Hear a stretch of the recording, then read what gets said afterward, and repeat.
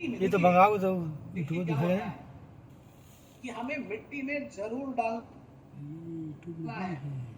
जब तक हम मिट्टी में नहीं डालेंगे और मिट्टी में ग्रोथ बूस्टर एक्टिवेटर दोनों को डालेंगे, और मिट्टी में डालने की कोई लिमिटेशन नहीं है। अगर मैं बोलता हूं आधा लीटर तो आप 1 लीटर भी डाल सकते हैं, कोई नुकसान नहीं करेगा मिट्टी में।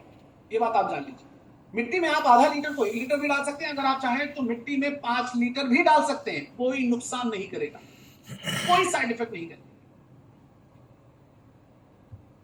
तो हमें मिट्टी में ग्रोथ बूस्टर एक्टिवेटर 1 एकड़ के खेत में हमें डालना है।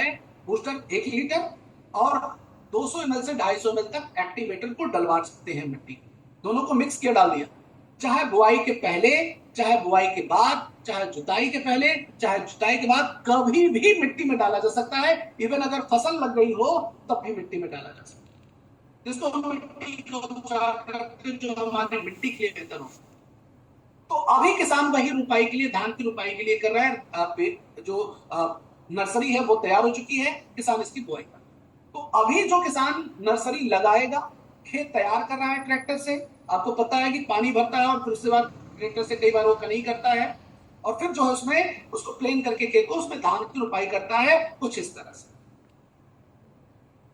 अब धान की रुपाई हो चुकी है, नहीं हुई है, दोनों कंडीशन में 250 ml एक्टिवेटर, 1 लीटर बूस्टर मिट्टी में डाल दें। कैसे डालना है? हमने 8 से 10 किलो मिट्टी ली। वो अगर मिट्टी मिल जाए या थोड़ी गोबर की खाद मिल जाए तो उसमें हम मिक्स करेंगे। मिक्स करने के बाद पूरे खेत में बिखेर देंगे। कभी भी डाल सकते हैं, बुआई से, रुपाई से पहले, रुपाई के बाद, कभी। ठीक है जी। अब रुपाई के बाद किसान क्या करता है? अपने खेतों में यूरिया डालता है।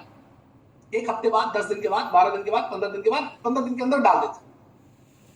अब जब किसान यूरिया डालेगा तो यूरिया के साथ में हमें क्या मिक्स करवाना है? एक्टिवेटर। यूरिया के साथ में हमें क्या मिक्स करवाना है? एक्टिवेटर। अगर आप चाहें तो यूरिया के साथ में, मान लीजिए कि आप किसी किसान के पास गए और वो यूरिया ही डाल रहा है, उसने अपने खेतों में पहले ही रुपाई कर दी। अब अगर वो यूरिया डाल रहा है तो आप चाहें तो एक्टिवेटर के साथ साथ उस यूरिया में ग्रोथ बूस्टर को भी मिला सकते हैं। उस यूरिया के साथ में आपने बूस्टर भी मिला दिया। तो अब जैसे यूरिया मान लीजिए हमने लिया, किसान जो है 35 किलो डालेगा तो 70 ml हमने एक्टिवेटर मिला दिया उसी में, और उसमें उसी यूरिया में अगर हम चाहें तो 200-250 ml हम बूस्टर भी मिला सकते हैं। अब उसके लिए क्या करना होगा? उस बूस्टर को उस यूरिया में मिलाने के लिए हमें डायरेक्ट नहीं डालना है। हमें क्या करना है? हमें 10-15 जो है, हम 250 ग्राम, आधा किलो हम ले ले बालू, और उसमें हम बूस्टर और एक्टिवेटर डाल करके इसे मिक्स कर दें, और मिक्स करने के बाद उस यूरिया को, उस यूरिया में उस बालू को डाल दें जिसमें हमने प्रोडक्ट मिलाया है, और उसके बाद उसको लगा कर यूरिया पिघलेगी भी नहीं और यूरिया हाथों में चिपकेगी भी नहीं, और किसान आसानी से डाल भी देगा। तो ये कब हो? देखिए, हमें ये प्रोडक्ट का नॉलेज होगा तभी हम कर पाएंगे। तो किसान कभी भी कुछ भी कर रहा है, और ये किसान करेगा। अब जो है यूरिया 3 बार डालेगा। अब तीनों बार में से एक्टिवेटर डलवा दीजिए, 3 बार यूरिया डालेगा किसान, तो 3 बार हम एक्टिवेटर डलवा सकते हैं। ठीक है जी। 3 बार एक्टिवेटर मतलब हमारा कोई ना कोई प्रोडक्ट यूज होगा, हर बार यूज होगा। तो 3 बार हमने यूरिया के साथ में एक्टिवेटर डलवाया, और 3 बार हमें स्प्रे भी करवाना है, छिड़काव कराना है, जिसमें एक्टिवेटर और बूस्टर दोनों इस्तेमाल होगा।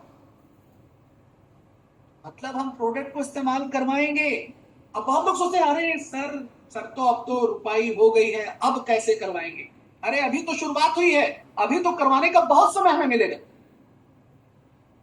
अब किसान जब जो है, मान लीजिए किसान ने रुपाई कर दी, आपने प्रोडक्ट को यूज करा दिया।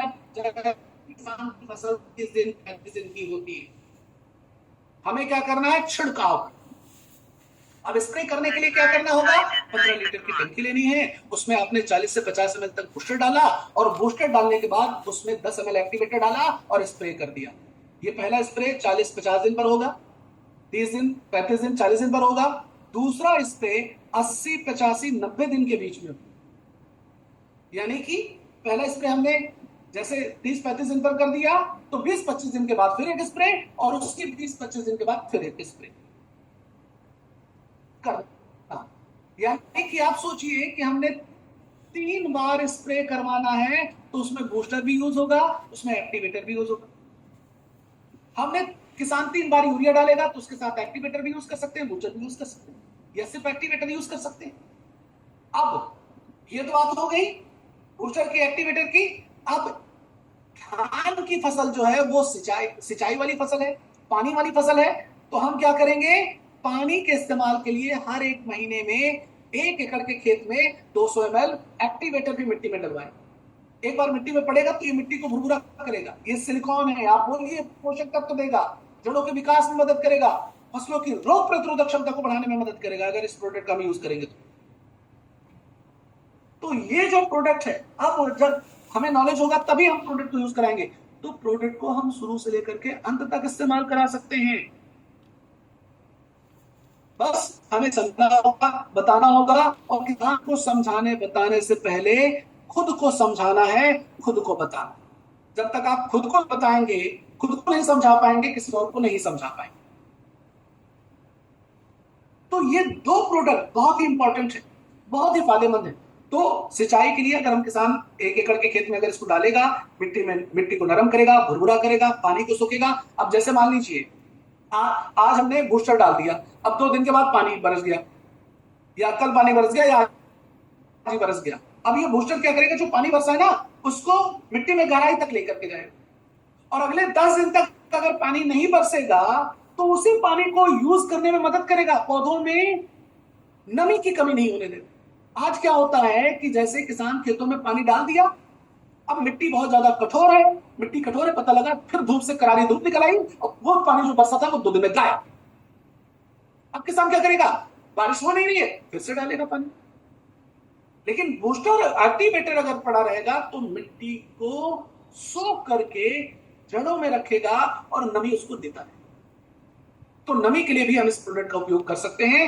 तो हमने जाना हर्बल एग्रो ग्रोथ बूस्टर और एक्टिवेटर के बारे में।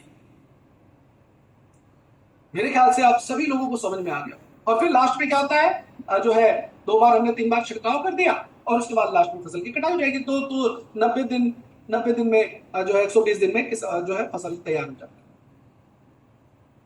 ठीक है जी, तो ये था हमारा आज का सेशन जिसमें हमने जाना जैविक खेती के बारे में, अपने प्रोडक्ट के बारे में, कि अपने प्रोडक्ट को किस प्रकार से इस्तेमाल करना है, किस प्रकार से हम फायदा ले सकते हैं, और हम किसानों को किस प्रकार से प्रोडक्ट की सहायता से फायदा दे सकते हैं। तो ये था मेरी तरफ से।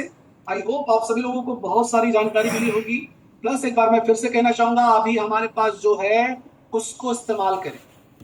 आप नए प्रोडक्ट के बारे में जब तक आपके सीएनएफ पर, आपके ऑफिस में नहीं पहुंचता है, तब तक उस प्रोडक्ट के बारे में हम कोई चर्चा नहीं करेंगे, कोई बात नहीं करेंगे।